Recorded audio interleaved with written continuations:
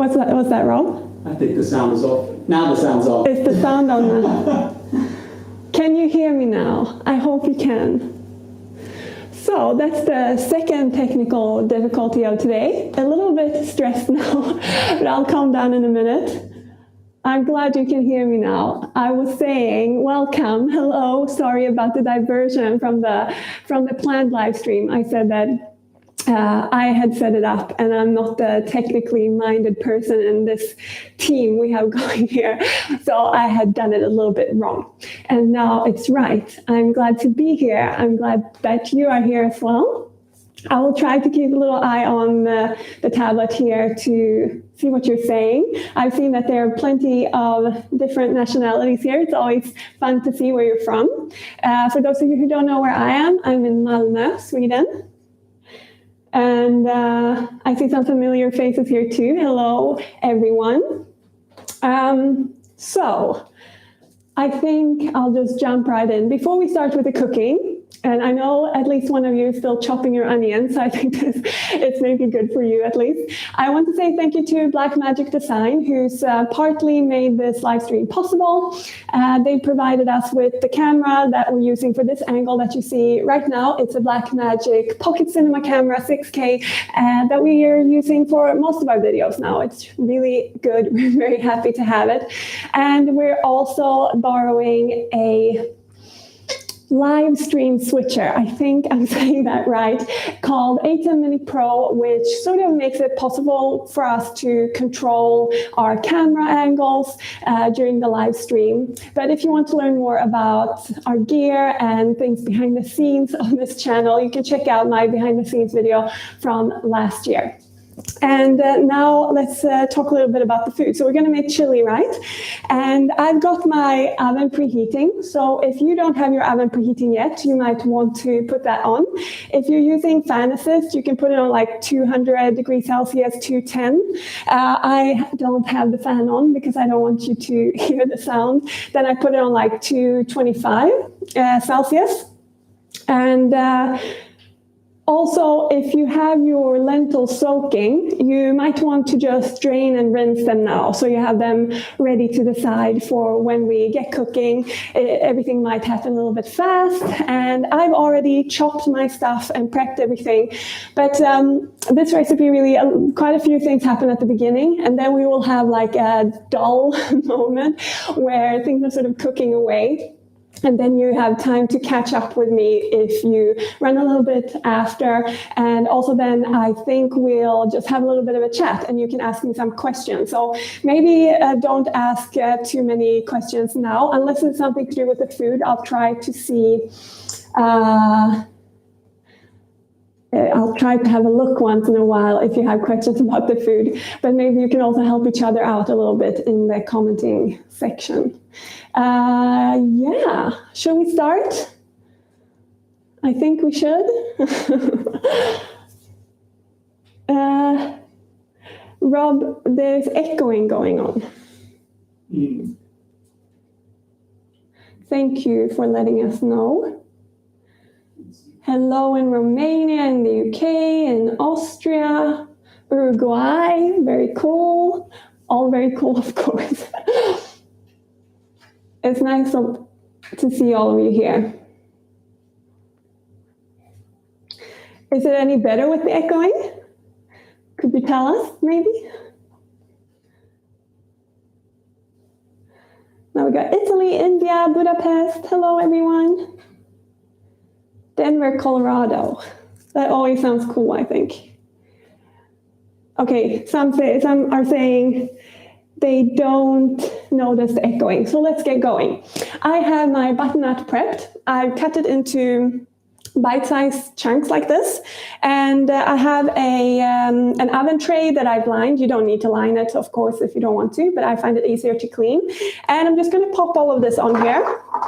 I peeled mine. A lot of you tell me not to peel it, but with some of them, I just don't like the taste of it. And sometimes it just looks a little bit manky. So I take it off if I think that's the right thing to do. Now that it's on here, I'm just going to drizzle it with a little bit of oil. And someone on Instagram was asking me if I could, or if you could make this recipe oil-free. And of course you can. You just need to apply sort of oil-free cooking methods. And that means you wouldn't put oil on this now. And you wouldn't put oil in the pan later when we're sauteing the onions. But I use oil when I cook, so I'm going to put a little bit of oil on here. I'm using rapeseed oil. I think that's about enough. And now I've got sticky hands. And I didn't prepare a towel. Luckily, I have one here. Cool. I'm gonna season it with some salt and some black pepper. I hope you're all following if you're cooking with me.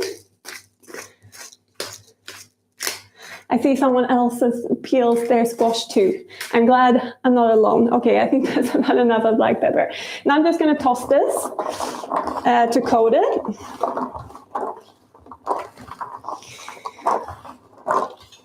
And actually this smells quite nice already. Whoops. And I am going to roast this separately. That's why we preheated the oven, by the way. I didn't say that before. And why I like to roast it separately is because then it sort of, it gets a little bit caramelized in the oven if you leave it till it gets a bit golden. And that gives a lot of flavor. And also, it holds its shape much better if you roast it first, if you don't like cook it with everything else in the chili, which I think is quite nice that you get these like proper chunks of squash or pumpkin or whatever we call this. Just gonna rinse my hands. So that's why I do that. And I hope you will like it too. So I'm just gonna pop this in the oven now in the middle. That's definitely hot. I hope your oven is hot, but if it's not hot quite yet, don't worry. You can still put it in there. It might just take a little bit longer. And I'm going to put a timer on because I have a feeling that I will forget them in there now that I'm chatting to all you lovely people. So let's see.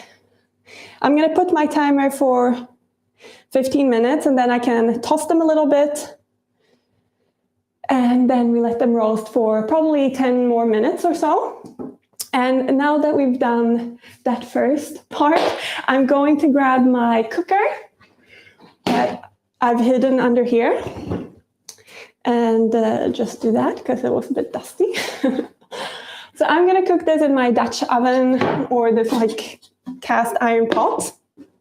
And I also want to say that this cooker is actually a little bit noisy when I turn it on. So I'm really sorry about that. If you don't hear me well, tell me and I'll try to speak up over it.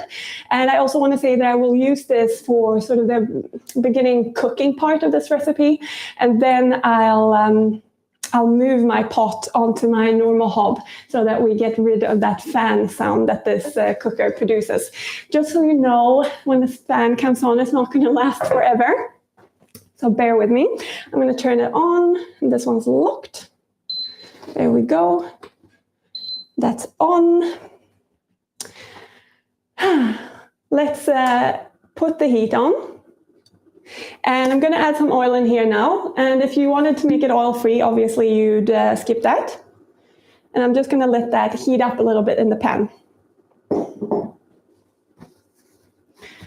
So let's see what you're saying. Hello to Ontario, Canada.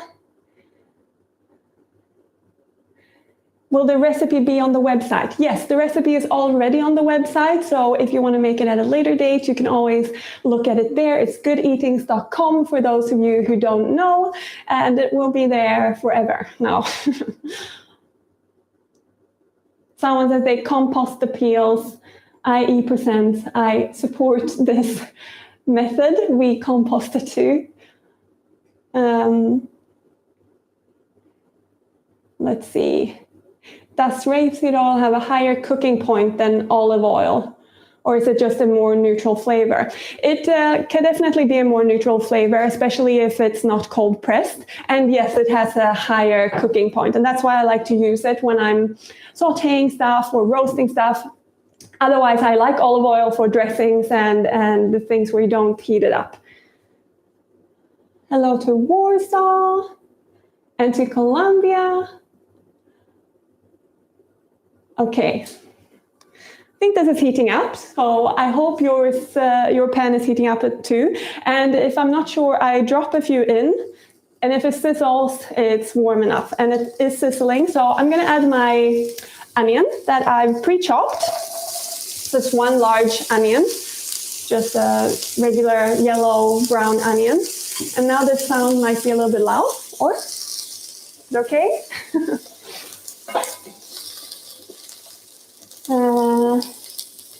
Okay, someone says you don't hear the fan, so that's good. I think it might have another mode that it kicks into, so we'll see how it goes. I am seasoning the onion a little bit with salt. I like to season like sort of on every level when I'm cooking to make sure that the flavor builds up as I go. So I'm just going to saute this for a few minutes now until it gets a bit translucent, maybe gets a little bit of color. Just let it do its thing. And I think I'm also standing in a cloud of smoke now, and that's just going to have to be okay. I don't have a fan here, and then it probably would just be even more in front of my face. My sister is saying that the sound is fine, so that's good. She's here moderating the chat in case something strange would happen. I think there was a question here. Your stove is very cute. I think you mean this pot. What is it called? It's a le creuset. It's French, so it's probably more like le creuset. And yeah, it's a nice pot that actually we got from Rob's brother and his wife. They had it before, and then they moved, and we inherited it. Hello, all the way to New York City.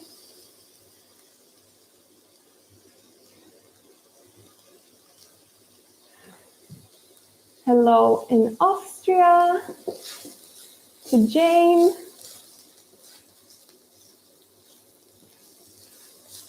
Nancy in California. It's nice to see you all.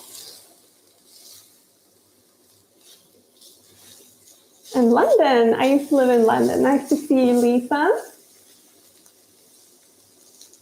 And there's a question, what's my favorite vegetable? A hard question. I love sweet corn, but I think that's technically a grain.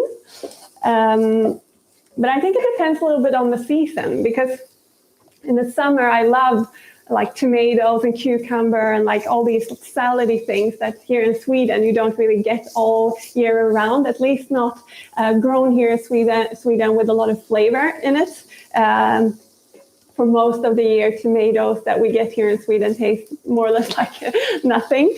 So that's a favorite of mine. And in recent years, in autumn, pumpkin has really been one of my favorite vegetables. I didn't grow up eating pumpkins or squash, so it's like how do you say, an adult revelation. But I like a lot of vegetables. My mom will tell you a funny story about how I always would sit in the cart in the shop and like eat raw cabbage. I think I'm quite a strange kid who loved veggies, and I still do. Hello in Texas, hello in France, in Boston, India, in Gujarat. I don't know if I'm saying that right. And someone's asking if my family's vegan. No, my family is not vegan. My sister is, or growing up, she was vegetarian from quite a young age and vegan for a while, I think. And now Flo can correct me in the comments if I'm wrong. Now she eats mainly vegan, mainly vegetarian. And my mom also eats mainly vegan and vegetarian now, which is really cool. But Rob's mom and dad actually eat a completely vegan diet now, which is super nice. We have that in common. So now my onions are looking good. They are looking sort of cooked, a little bit translucent. I don't know if, can they see Rob in this angle? Should I show?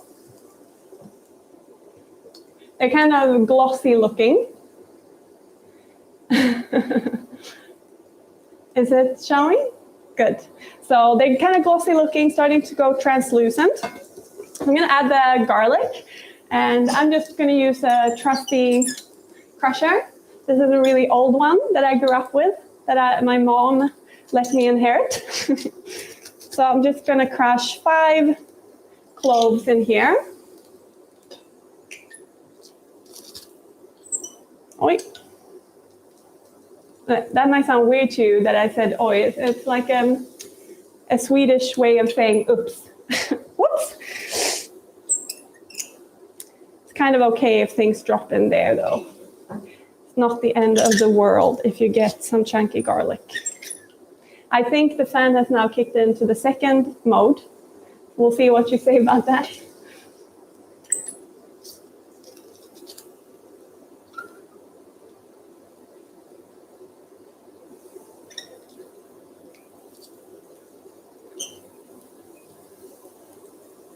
And someone's now asking if the pour-over kettle in the background there on my hob is from Hario or however you say it. And yes, it is.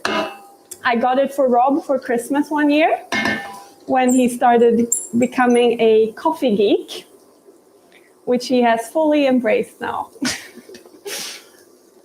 I'm doing this a bit messy. Welcome to my kitchen. I'm going to pop that over there, give this a quick mix. And you don't want things to sort of stick or garlic to stick. You can always deglaze the pan with a little bit of water if you find that things are starting to stick. Here comes the cloud. All right, I'm just going to turn this down a little bit now. And I'm going to get the spices in here. Actually, first I'm going to open these cans so they're ready, because I don't want to burn the spices. So when we put the spices in, you might want to have some water ready to make sure that you can pop it in case you find that the spices, like the pot is looking a bit dry and the spices are in jeopardy. Those are open. I'm just going to make sure that I'm sticking to the plan here.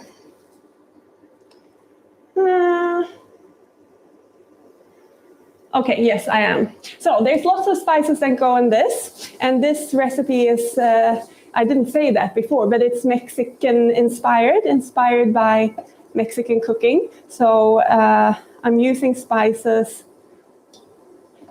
that are inspired by Mexico. I have never been to Mexico myself. I've never been to South America. So this is a Swede's take on this, I guess.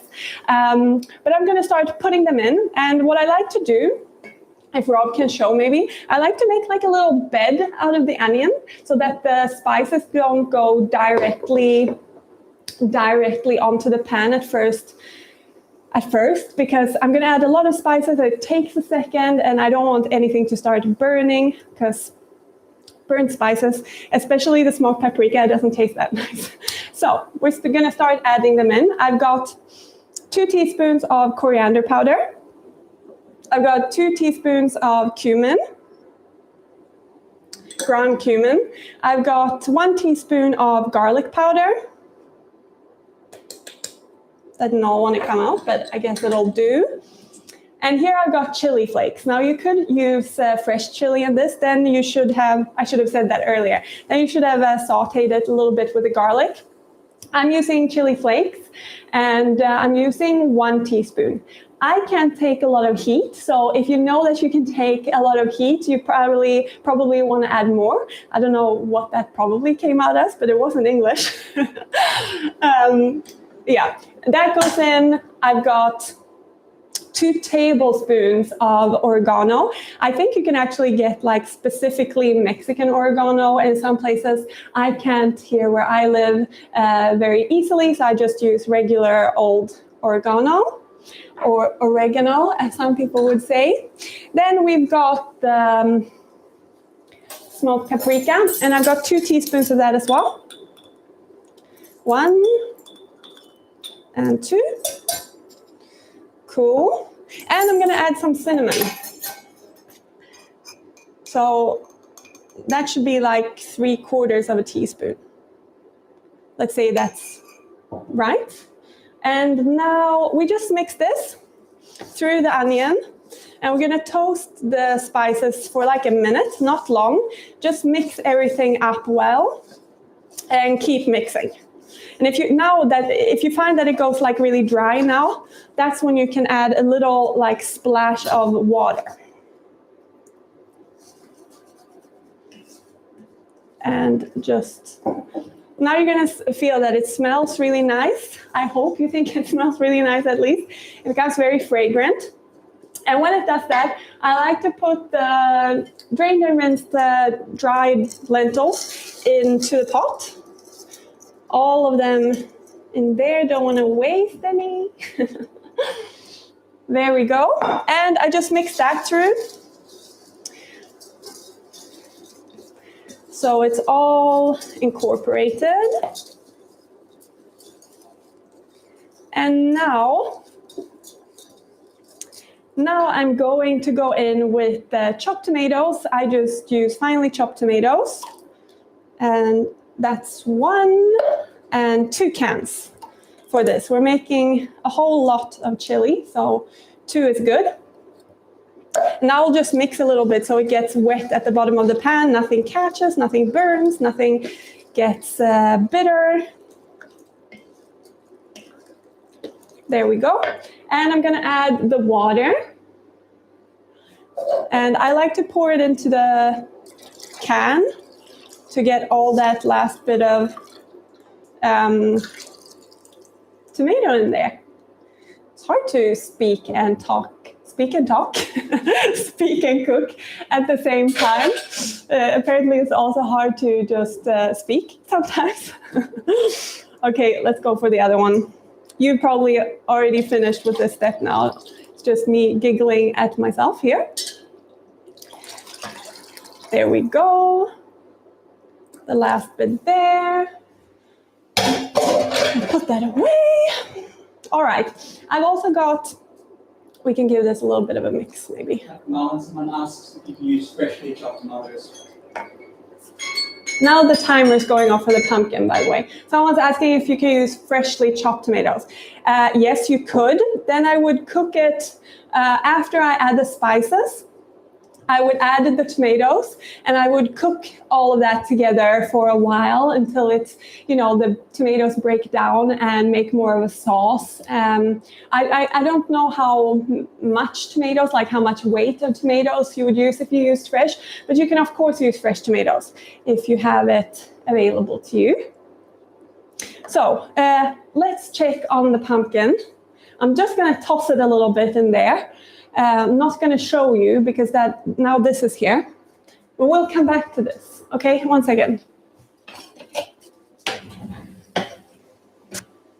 Or maybe I can bring it there. Let's see. I don't know if you can see this, but they are just sort of sizzling away. They have softened a little bit, but nothing much has happened to them. But it's always nice to give your veggies a toss. All right, just spread them out again. I'm too meticulous maybe, but that's just me. All right, back in the oven they go.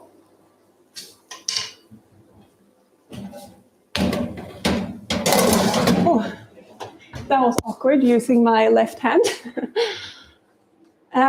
So I should put another timer before I forget about those completely. Putting it for 10 minutes this time. Okay, where were we? All the liquids in here. Mine's not boiling yet because I still have it on a low heat. But it's okay if yours is bubbling, it's fine. I'm going to add in some chopped pepper. And this is roasted peppers in a jar. Peppers aren't like bell peppers I'm talking about, or like pointy peppers are fine too, but like the sweet kind. And peppers aren't in season in Sweden, same as tomatoes. So I like to use the jarred ones for this because it's, preserved. And I've used 2, chopped them into bite-sized pieces, and I'm just going to add them into the sauce now. They are soft, so you're not really gonna like chew them later. If you wanted to use fresh peppers, I would saute those after I put the onion. After I put the onion, before the spices, until they're a little bit soft, and then I would add the spices and keep going with the rest. But these peppers will just add like a little bit of body to the sauce and some flavor, of course, like bell pepper flavor. Okay, I'm making no sense. Moving on. I've got stock powder, vegetable stock powder. I'm using like 1 tablespoon. If you had vegetable broth, you could use that instead of water and vegetable stock powder, of course. And you can also use a stock cube or 2 stock cubes if you want to. I'm just gonna stir this through till it's looking good. I'm also gonna season with some salt. This can take quite a bit of salt, I think. It's quite a lot of food, and lentils don't taste of that much. They are good at soaking up flavor though. All right. That's looking pretty good. I'm just gonna make sure that I actually forgot to do something. I'm sorry. There was meant to be tomato paste in here. I was meant to put that in after I put the spices, before I put in the lentils. And I would have cooked it off for like 1 or 2 minutes in the pan to get rid of that like raw tomato flavor. But I think this will be delicious anyway. We've got plenty of tomato in here. But yeah, I was meant to put that in and I forgot. Sorry. Okay, that's looking good. Now we're gonna let this cook, let the lentils soak up all the juices. How are we feeling with the sound? Should I leave it cooking here or should I put it back there? It's fine here. Okay, so I'm gonna cover it with a lid. I'm gonna put it there. Cover it with a lid and I'm gonna turn it up. So I'm gonna bring it to a boil. And then when it's boiling, I'm gonna turn it down to a simmer. So I'm just gonna try and keep an eye on this now. And I'm gonna try and catch up with you a little bit here.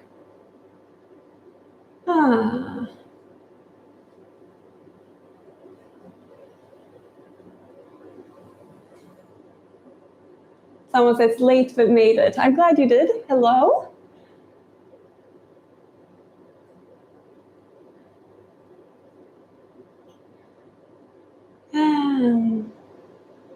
What is Rob's and my favorite dinner in winter?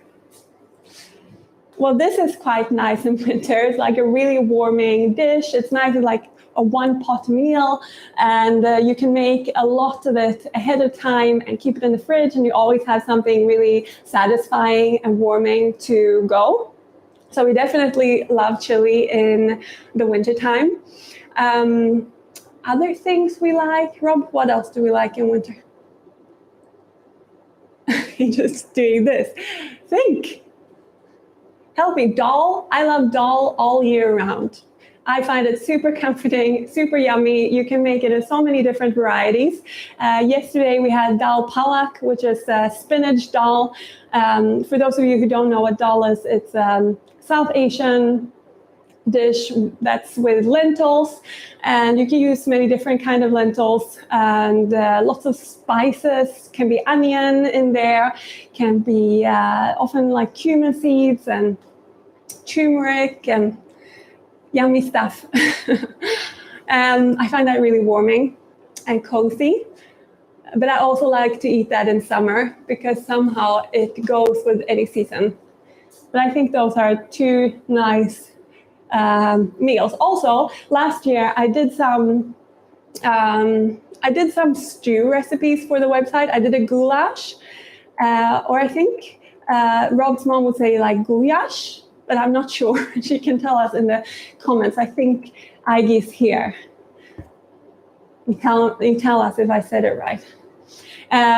So that's pretty nice, or really nice in winter as well. And I did a beef bourguignon I don't know if I'm saying it right, but it's a French word, which is, I did it with beetroot and lentils, and it's like a stew, super rich, and that's nice too. And I did a like golden stew, I called it. It's with butter beans and chickpeas and potato. Same way I'm doing it now. I roasted the potatoes in the oven before I added them to the stew. And yeah, those are really nice in winter as well. And you can find all of those on the channel if you want to try them.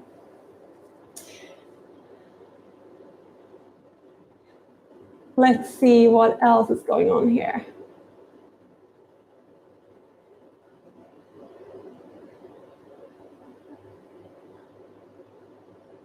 You used to eat butternuts as a dessert. I've never had butternut squash as a dessert. That sounds really cool.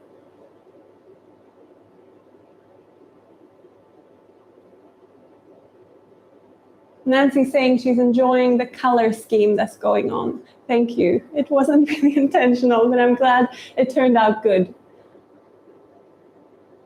And thank you, Shannon, for having some compassion with me about forgetting my tomato paste.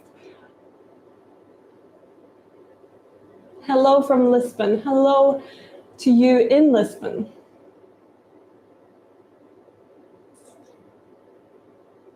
Love from Dubai. Lots of love to Dubai. We've been there many times. Rob's parents used to live there. It's starting to boil here now. Something's a little bit stuck at the bottom, so you might want to stir your pot. But this cooker is quite fierce, so maybe it's because it's very hot in there.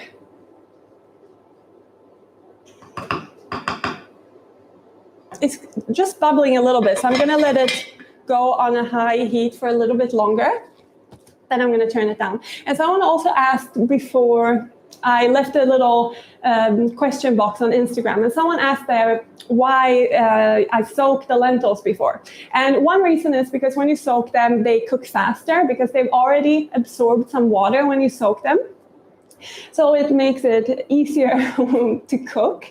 And also, it cleans them, but it also removes some anti-nutrients. So legumes and the grains as well, they contain anti-nutrients, which basically is something that inhibits us from getting all the goodness out of them. Like it makes it harder for our bodies to absorb the nutrients in those foods. But when you soak them, that removes or releases some of those anti-nutrients and makes it more easy to absorb the nutrients in the foods. And also can be easier to digest legumes and grains if you soak them first. So if you have stomach problems, which I suffer from time to time, then that can be a good practice when you're cooking with legumes and grains. Yes. I had a train of thought and the train left and I'm still standing here. There was something about anti-nutrients. Maybe it will come to me. I forgot. But that's the answer to that question.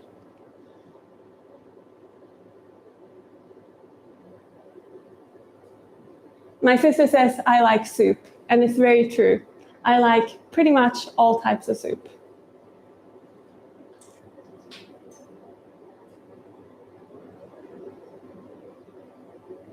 What are my favorite dishes in summer? Well, in summer, I love to eat different types of salads. I love to go to the market and get everything that looks really yummy and bring it home and chop it all up, maybe cook something to add to it and add some legumes or some baked tofu or something in there to make it more filling, maybe some roasted potatoes or some other roasted veg, but that's maybe more a winter salad thing, and enjoy the goodness of fresh food in summer. Obviously, I live in the northern hemisphere, so veggies taste, or summer veggies taste much better here in summer. That makes a lot of sense, doesn't it? We actually did a really nice salad last year, like a Caesar type salad, a vegan version of it that I shared on the channel, so you can check that out. We ate that probably 20 times last summer. So that's a tip. Other summer foods I like. I like to make summer rolls or rice paper rolls. I think they're super versatile. You can sort of grab whatever veggies you have at home and just roll them up, and it's like crunchy and fresh. And I like to add tofu to that as well to give it some protein, a little bit more bulk. You can also add in cooked rice noodles in the rolls to make it more filling, and I love to dip it in a peanut sauce, and this is actually what we did in the last live stream, so you can go back and check out that live stream if you want to. I also have a recipe on my blog. You can see it's a lot of cloud coming here again, so it's definitely bubbling away here. I'm going to turn it down to a simmer. So if you're with me, turn it down to simmer. Now it's bubbling out of the pot, so let's hope I don't spill on myself. It's kind of my speciality. Rob keeps saying I need to buy an apron. He's probably right. I'm just going to release that from the bottom of the pan. I'm going to pop the lid back on so that the lentils can soak up a lot of liquid in there. And I've dirtied my space. I'm going to clean it up. It's a good time to clean a little bit, remove some things from your space if you want. I'm just going to leave it so I can speak to you and not make too much noise. And now basically this is going to cook for like 20 minutes, 30 minutes until the lentils are tender. So now we have lots of time to chat while it's cooking away. And I thought this was a nice part of this recipe because it gives us some time to interact. So I'm going to check what's happening in the comments again. Crystal also loves dal. I'm glad. And Nancy. Someone's asking if I can recommend a good vegan cheese, and they're writing in Swedish. And in terms of like supermarket cheese that you can get here in Sweden, at least, I like BioLife's, I think it's called mature cheddar, or it's called something cheddar. Rob, do you remember? Sure. It's a black package. It's got a black wrap. And I think that's the best sort of hard cheese that you can get in Sweden. It also melts, so you can use it on pizza and stuff. And BioLife sells their products in more countries than Sweden as well. So check in your supermarket if you want to try it. Other than that, here in Malmö, we have a place called the Raw Kitchen, and they make their own cashew cheese, their own aged cashew cheese. I used it for my cheese board in a video towards the end of last year. So you can see it in action there if you want. It was a What I Eat in a Day video. And that's super nice if you want like a more fancy cheese. To get some aged nut cheese. It has more like a luxurious taste and feeling to it. Oh, someone's also asking, or Flo is pointing out that if it's soft cheese. Soft cheese, I mean, I think BioLife does like a, like a Philadelphia. What do you call that type of cheese? Like a spreadable white cheese. That's pretty good. Also, Oatly does some with flavorings. Their tomato and basil one is pretty good.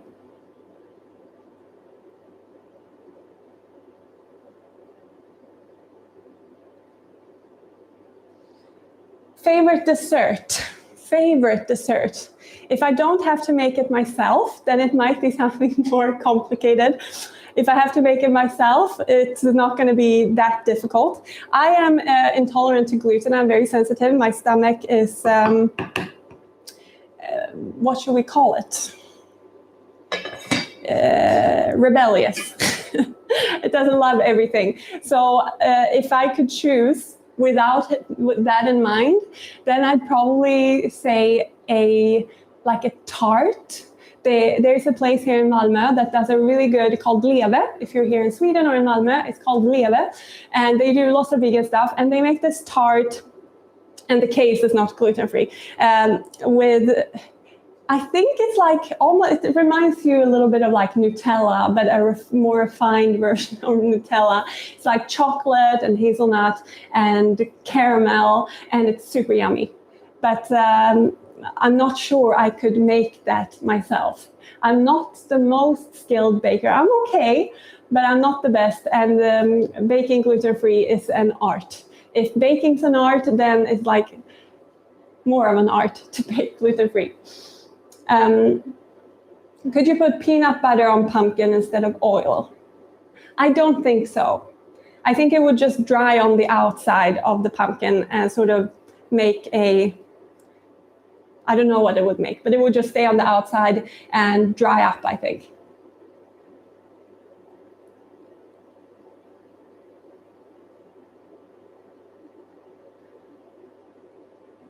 Oh, someone's saying something about dosa.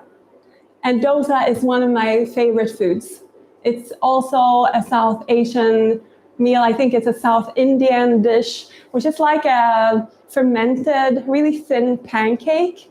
And I like a masala dosa, which is like with like a potato curry. I'm sure it's not called a potato curry, but curried potatoes inside. And then you roll it up and you like scoop with the bread, and it's super nice. If you've never tried a dosa and you have a South Indian restaurant close to you, you should try it. Maybe it's hard now with COVID. Maybe I shouldn't say COVID on YouTube, I don't know. But after we're more free of this virus, I recommend you head out to a South Indian restaurant and try it. Just arrived. What is the best way to cut butternut squash as the skin is tough as nails? Yes, I usually, now I don't have one to show you, but the shape of a butternut is like that. We can all agree to that, I think. And the top part doesn't have any seeds, but the more bulbous bottom part has seeds. So what I like to do is first cut the top section of the bulbous bottom section, which gives you sort of two flat surfaces to prop it up on a table or your cutting board. I also first cut the top and the bottom off. Then I cut the top section off from the bottom section. And then I set it on those flat surfaces that I've created by cutting it. So I have it stable on the cutting board. And then I use a knife to peel it. I peel mine. I've already said this at the beginning. So if you arrive now, I peeled mine. So if you want to peel it, I just use a knife to peel it. I find that easiest. And then it's easier to cut after you've removed the peel. And I cut the peel off the top section and the bottom section, and then I cut the bottom section in half. I take a spoon to remove the seeds, and then I just cut it up into chunks. You might want to stir your pot once in a while. Stir your pot, stir the pot, stir the chili in the pot. Just so nothing sticks, or, you just want to check what's going on in there. Let's see. Any top tips for eating on a budget, especially in Sweden? I had made a video last year with 10 or 12 tips for eating more budget friendly. And I live in Sweden, so I guess it's for Swedish people as much as for anyone else. So I'd recommend to go check that out. But mainly, I'd say shop seasonally. Buy the veggies and fruits that are in season. Keep an eye out for deals. Don't buy more than you need. Eat your leftovers. Freeze food if it's starting to go off. What else? Rob, help me. Frozen food can be much cheaper than fresh, especially in the winter. So that's a consideration to buy some frozen foods, especially like berries and things like that are definitely cheaper. Also, I like to go to like the Asian supermarket or the Middle Eastern market to get products that are specific to Asia or the Middle East, because it's always cheaper, or at least in my experience, it's always cheaper to get those kinds of products in those stores than in the supermarket. I think go to the video and check out the tips. I think it will help you.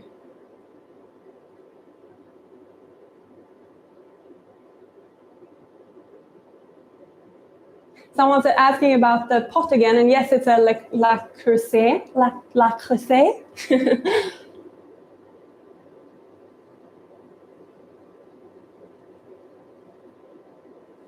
Could you add spinach to this recipe? Yes, you could. You could add spinach, you could add kale, chard, any green that you like. You could, beet greens would be really good in here.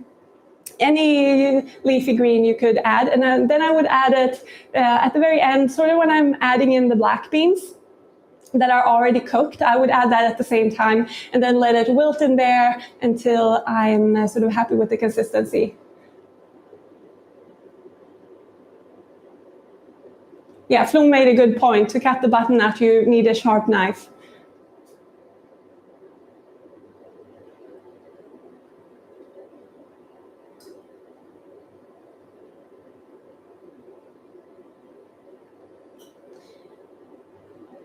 Kisses from Italy, from Paola. Well, kisses back to you in Italy. At least we can do kisses virtually when at the moment we can't even do hugs in person. It's a bit sad, but at least we have this forum where we can connect with each other.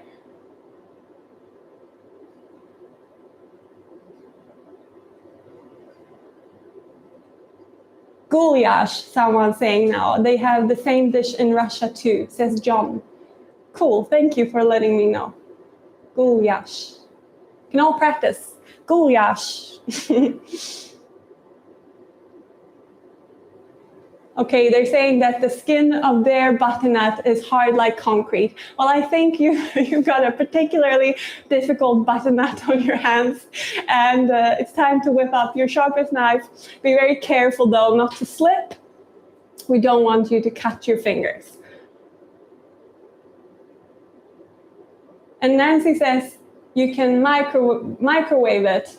You've probably already seen this. I'm like reading late. But yeah, someone says maybe try and microwave the butternut a little bit. It will soften. Stina says, hey Stina.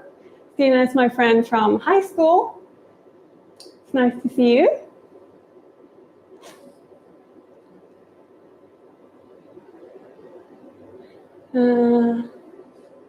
Kat says she's too lazy to soak her lentils first, and that's totally fine. It will just take a little bit longer in this cooking stage to reach good consistency for the lentils. So it just lengthens the cooking time a little bit. But I mean, it's not very hard to wait for this to cook.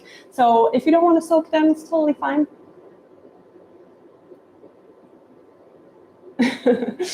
And now my friend is saying, Stina, my friend from high school, is saying that her daughter is enjoying seeing me.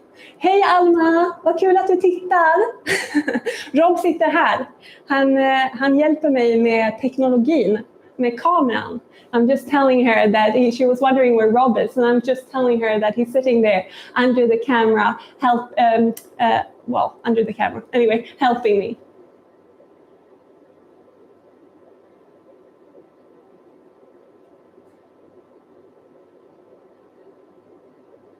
Someone says there's nothing like a good carrot and ginger soup on a cold day, and I agree. Rob, didn't we used to put orange juice in carrot soup? I think we used to do that. I seem to remember it tastes good. So if you're feeling adventurous, you might want to try that sometime. Only at the end. Only at the end, he says. Yes, that makes sense.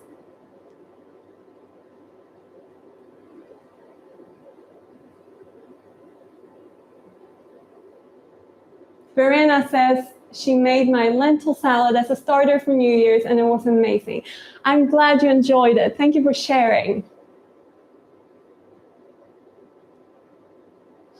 Shannon is wondering how I decided on jazz music for my videos. And she said she loves jazz, and we like jazz too in this household. And I think when I started making videos, I used sort of acoustic guitar music. That's not a genre, but then I found some jazz tracks on the free YouTube library, and I thought it really suited the feeling of the imagery that we have on the channel. And I also liked that it was sort of irregular in a way. A lot of the tracks are kind of multifaceted, so it never feels very jarring as a juxtaposition to the imagery. It's sort of, on some level, the cuts I make between the images always seem to end up in a nice place with jazz music. There's so much texture in it that it just gives a nice flow to a video, and I really appreciate that. And it's it's relaxing. It's fun. I like it.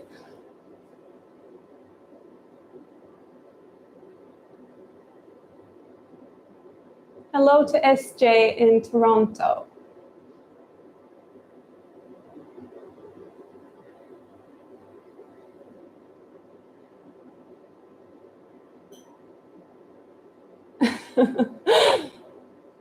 Someone was commenting on that I said about the train left and I'm still standing here. I'm glad I can amuse you guys a little bit. I amuse myself quite a lot, so I'm glad to share that. Also, Rob laughs quite a lot at me.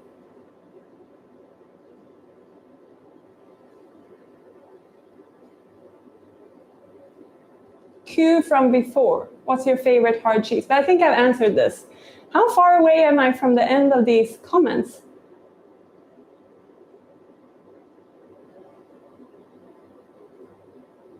Is it cold in Sweden? It depends where in Sweden you are, but yes, it's on average pretty cold in Sweden in wintertime. I think we have around 0 degrees, no degrees. We're plus minus 0 at the moment. But in the north, you can get up to minus 30 probably. And I'm not sure what they have at the moment. We're in the very south, so Sweden's a very long country, and the weather varies quite a bit between the south and the north, and they get much more snow. We basically don't really get snow here in Malmö. We're on the coast. It's pretty warm. When it snows, it melts. It's not that much fun in winter, but up in the north you get snow. It's beautifully white and crisp, and they often also, I think, get a little bit more sun in the daytime than we do down here. It's a lot of clouds. But yeah, it's pretty cold, but it depends what you're comparing it to. If you have minus 20 in winter, it's not very cold where I live. But if you have like 10 degrees in winter, then it's pretty cold.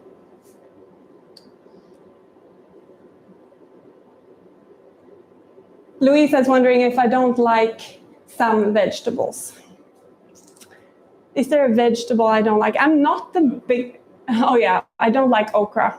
I'm sorry to all you okra lovers out there, but I'm not with you. I don't like slimy things. I don't like slimy textures. I couldn't imagine eating natto. Do you guys know what natto is? It's fermented soybeans, I think.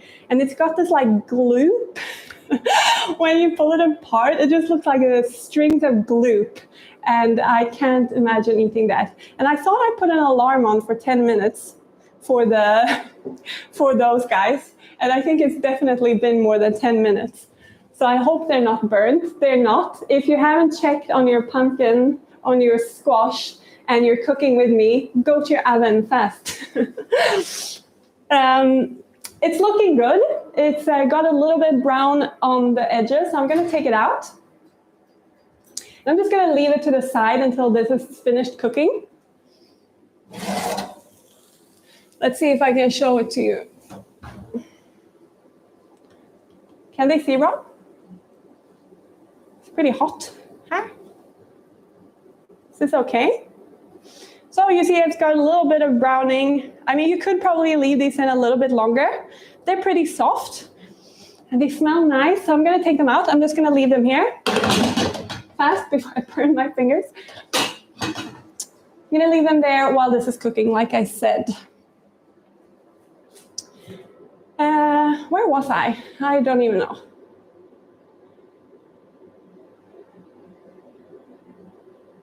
Oh yeah, the best fruit veggies I don't like, and slime, and funny natto that no one asked about, but I'm talking about anyway. I'm not the biggest fan of aubergine, because it's another veggie that can turn out slimy. If you cook it really well, I do like it. Like I like it in certain things. I like a South Asian dish called, let's see if I can say it, Bangan Barta. I don't know if that's correct, but it's like you make a spice paste mix with tomato and spices, and then you cook the aubergine or eggplant, as it's also called, either over fire so that it becomes soft inside and charred on the outside. You remove the skin, you mash it up, and you add it then to this like spice paste that you made, and it's super yummy with rice or like with bread, or you can cook it in the oven to make it soft as well if you don't have a hob with fire. That's a super yummy aubergine dish that I actually like.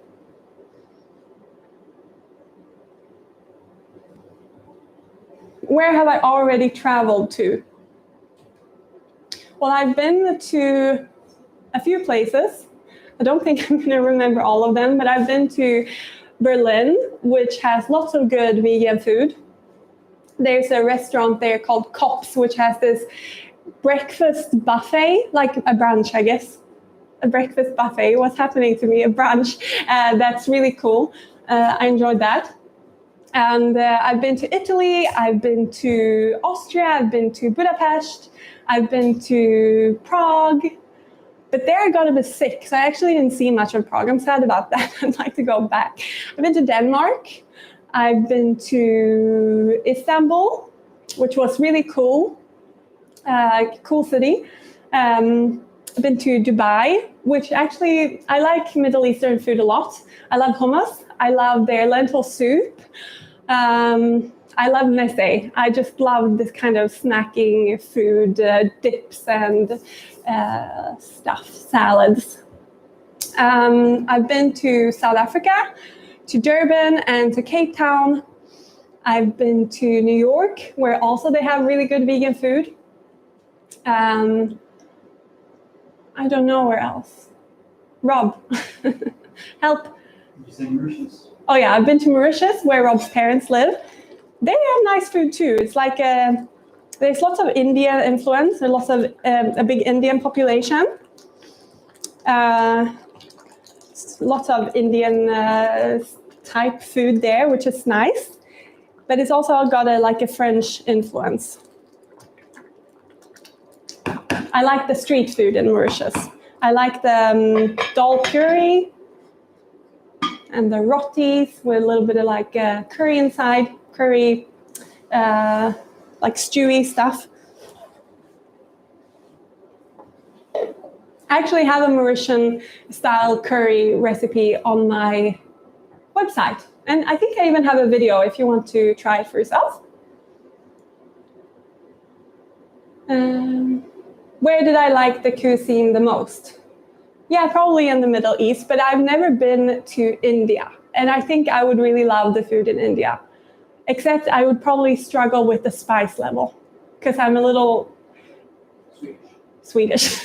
Rob says I'm a little bit Swedish. Yes, I'm a little bit Swedish. I can't handle heat very much. We don't use a lot of spicy things in our food. The most spicy thing is probably pepper, like black pepper or white pepper.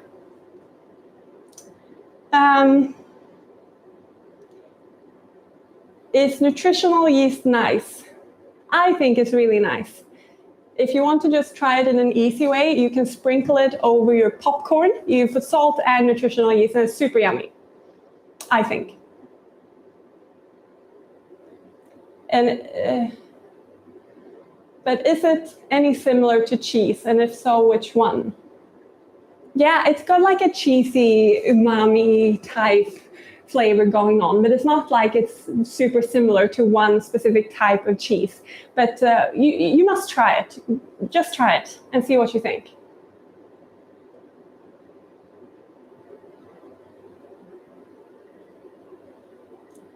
Gina is asking if we do any barbecues.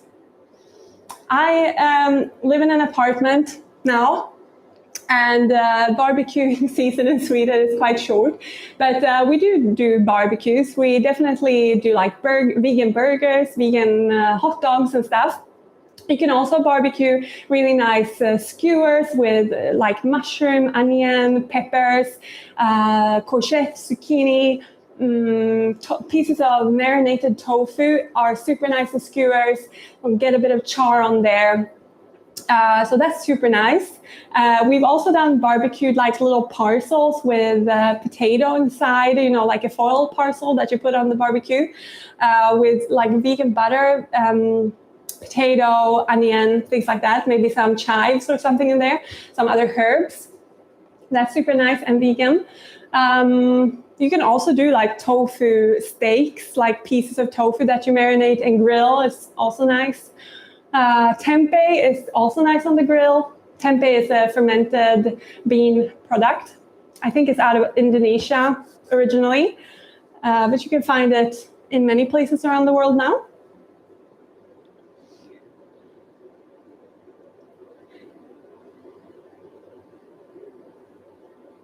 What are my favorite snacks? Fruit. I think fruit is a super snack. What else? I like rice crackers, rice cakes, what do you call those? But here in Sweden, we have a lot of them made from corn as well. I like that with like a bit of tahini on top, a little bit of salt. Sounds weird, like flake sea salt, but it's good. Weird but good. And some banana slices or pear slices. I think that's super yum. I think I'm going to taste this now. It's starting to look like the lentils might have softened.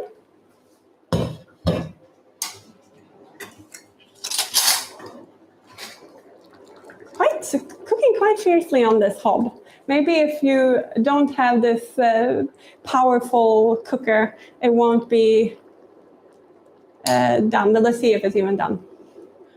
It's going to be super hot. Let's not burn my tongue.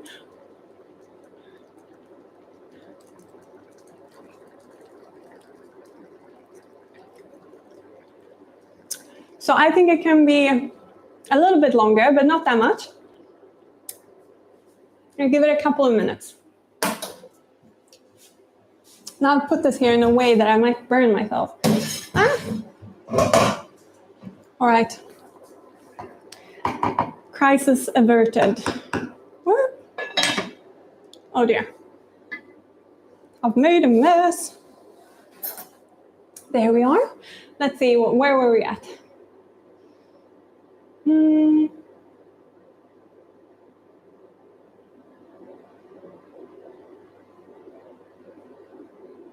Thank you, Susan, for reminding everyone to like my live to help me out. It would be nice if you guys liked it. Of course, if you liked the live, you can leave a thumbs up. That would be nice.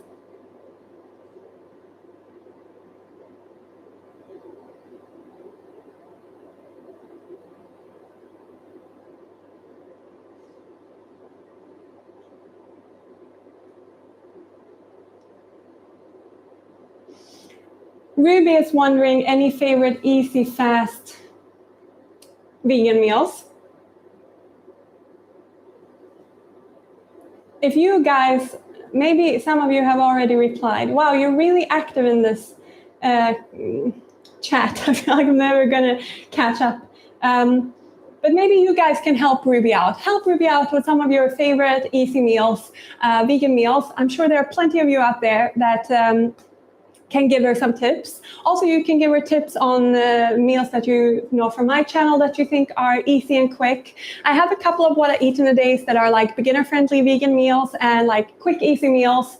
So you can check out those videos.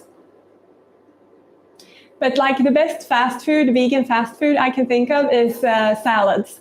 And it doesn't have to be boring. If you're new to salads, it can seem boring, but just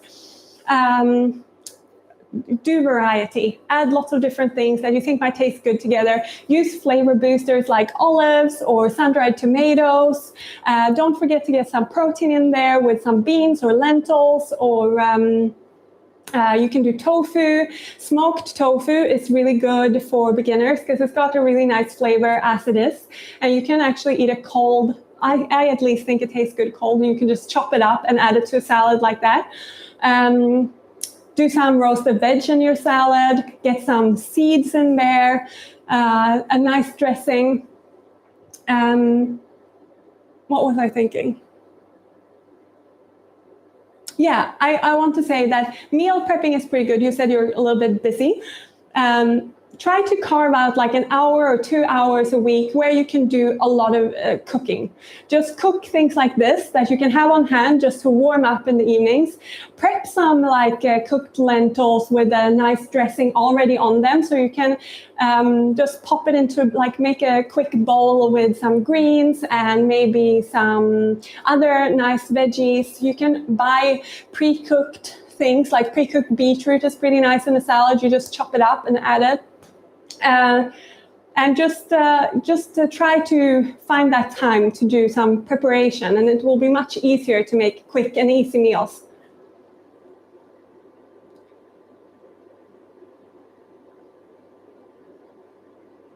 Hummus is a great quick food as well that you can buy pre-made in the store. That's really nice in bowls, like I said, when you combine just a bunch of nice stuff together. Hummus is great. It's also great for a snack. Dip some veggies in there or some crackers or some bread.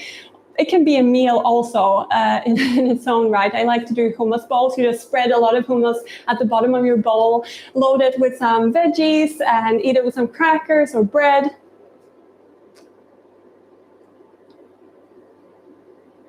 Camille, I think it's Camille, is wondering, how could you avoid eating too much fiber on a vegan diet? I'm not a nutritionist, but if you don't want to eat so much fiber, it causes havoc with your stomach or something, try to find some less fiber-rich foods. Eat some refined grains instead of whole grains. You will lose out on some nutrients, but they are less fiber dense. Tofu isn't that fiber rich instead of beans, for example. Certain fruits have less fiber than others. Cook your veggies.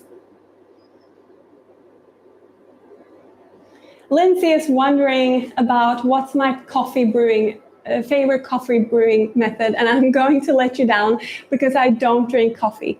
Rob loves coffee, and I'm the Swede. I should be the one who loves coffee more than anything, but I don't. I never liked it. I like it in sweet things. I like coffee-flavored ice cream. I like coffee-flavored chocolate. I never liked coffee itself.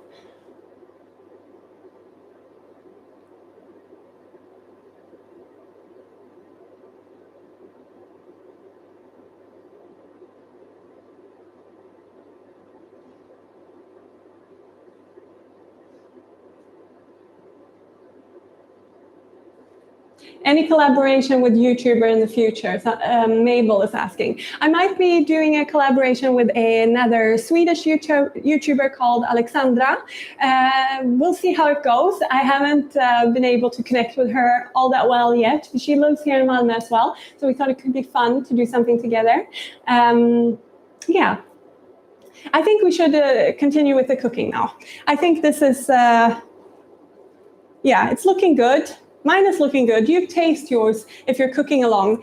Taste yours before you move on to the next step, which is what I'm going to do now. I'm going to get rid of this again.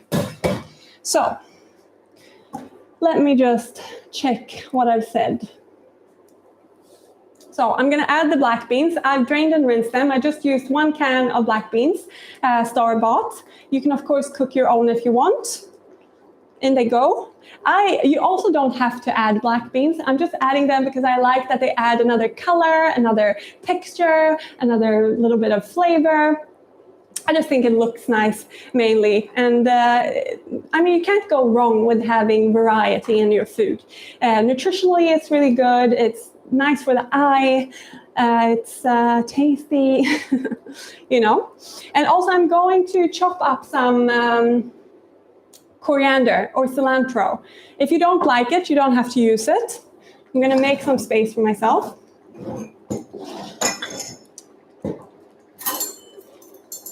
Too many things.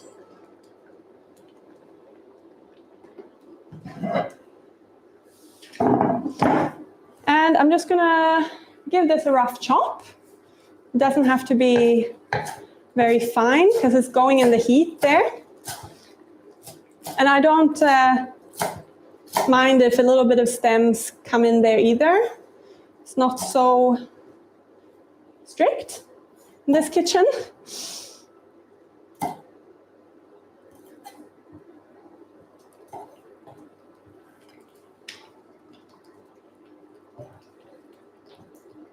If you don't like coriander, you could use some other herb. It's maybe not very traditional for like Mexican food to add other herbs to this. I'm not sure, but you could use parsley or oregano or something else fun you find. Okay, I think that's good. So now I'm going to add the roasted butternut in there and cilantro, coriander.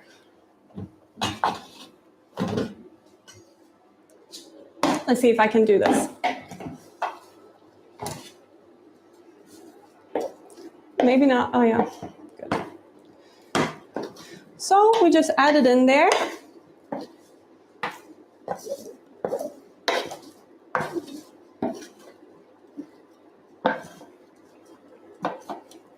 This is taking me a minute. I know there were some questions on my Instagram as well that I said I would answer. So before I leave you today, I will answer those questions that I wrote down. Someone was wondering, for example, what earrings I was wearing in the picture of that post that I did to allow you to ask some questions there. And they are from People Tree, a sustainable clothing brand out of the UK. They also do some jewelry. Or jewelry, it's like, I think it was silver plated, or I don't know the correct terms for jewelry stuff. I'm gonna move this back now, Rob. All right, so it's ready to get a bit mixed up. This looks so nice, I think. Just looks colorful and vibrant. Now we mix it in, and this pretty much concludes the cooking process for this recipe. So it's really easy. It takes a bit of time, but I mean, it's like hands-off time, most of it. And yeah, you can make a lot.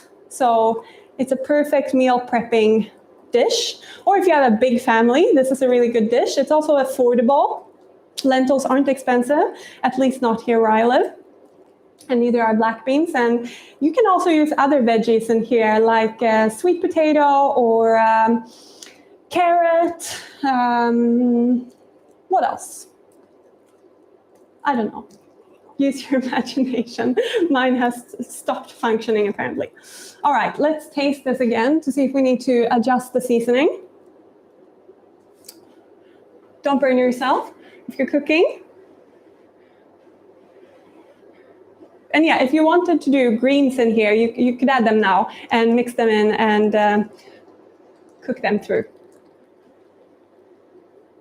Someone's asking how often I do these live food videos. Well, this is my second live since the summer, but this month, January, I'm going to do a live every Sunday. So I hope to see you here next Sunday. It won't be a cooking live stream next week. I'll be chatting a little bit about veganism, being vegan off the plate, sort of other things you might want to think about if you've gone vegan and you want to expand into other parts of your lifestyle, not just what you're eating. But I'll leave it a little bit open what we chat about, but like chatting about vegan stuff.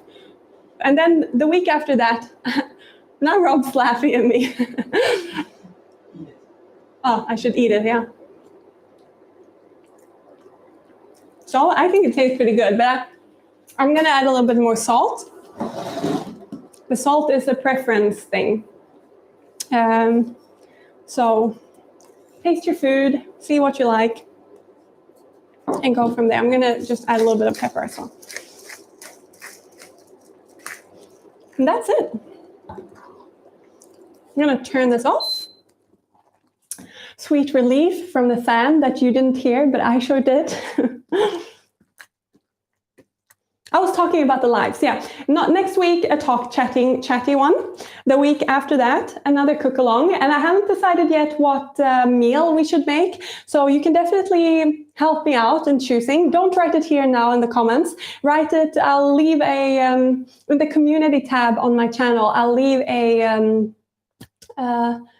a post where you can comment so I can see them, because I'm worried I'm going to miss lots of stuff here. And I'm sorry if I didn't get around to everyone's question. I need to get through those questions that I promised to answer from. Now I got chili all over. Someone wants to know what my favorite sort of chefs are, who inspires me. And I really like this woman called Amy Chaplin. She does vegetarian cooking. She's, I think, American, and she's written 2 cookbooks. It's all about cooking with whole foods, and she uses sea vegetables, which not a lot of chefs do. And yeah, I think she's really cool. So you can check her out. I also love Otto Lengi. I find his cooking beautiful, colorful, inspired. He does a lot of vegetarian stuff too, maybe not vegan, but you can always veganize that stuff yourself. Some vegan guys that I think are really cool run Wicked Healthy in the UK.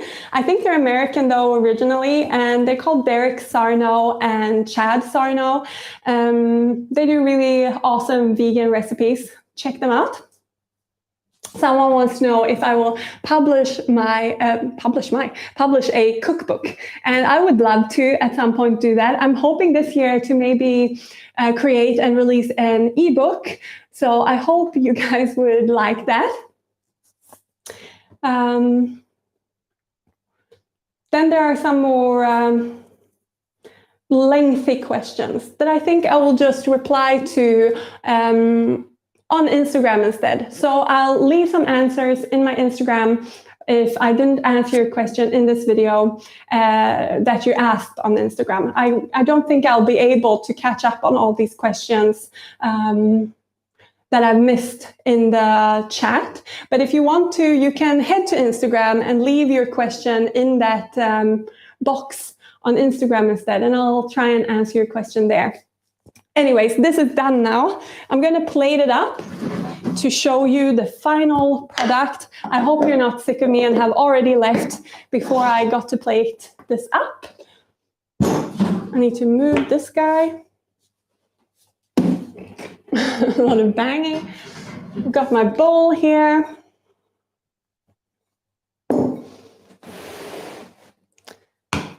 Need a different utensil.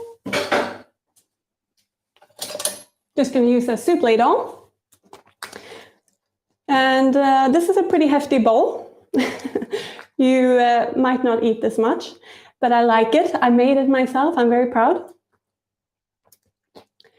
But yeah, you could totally serve this over rice. You can eat it with bread. You can eat it with tortillas. You can eat it with like soft tortillas, or also with what are they called? The little crisps, corn crisps. I like to serve it with nachos. Nachos. I like to serve it with some vegan sour cream or like vegan yogurt. Here I've got one from a Swedish brand. Just going to mix it up. And I think it's nice to use it to mellow out the chili a little bit. And it sort of adds another color. Then I like to take some of the coriander and just sprinkle some over the top, because it's always nice to have some color, some green, something fresh going on when you're serving your food. I hope you can all see this. This is the finished result of our chili. I really hope if you cooked along that you will enjoy it. And like I said earlier, you can find this recipe on my website as well. It will be there forever, so you can cook it anytime. I will also stay on a little bit now to chat a little bit before I go. Have I forgotten something, Rob? Show the food. Show the food. Have you not seen it? Show it like this. This is the result. I hope you like the look of it. I hope you like the taste of it. And yeah, you can totally freeze this, that's what I should say. You can totally freeze it. You can keep it in the fridge for a few days. Eat it for the next few days if you want to. If you think that's boring, totally freeze it. And I've missed lots of this chat. I hope you've enjoyed spending time together, at least in the chat. I hope you've enjoyed this live stream. I hope to see you in the next one. And I think now is the time to say goodbye for this time. Thank you for joining me. I've had a really good time, and I'll see you soon. Bye.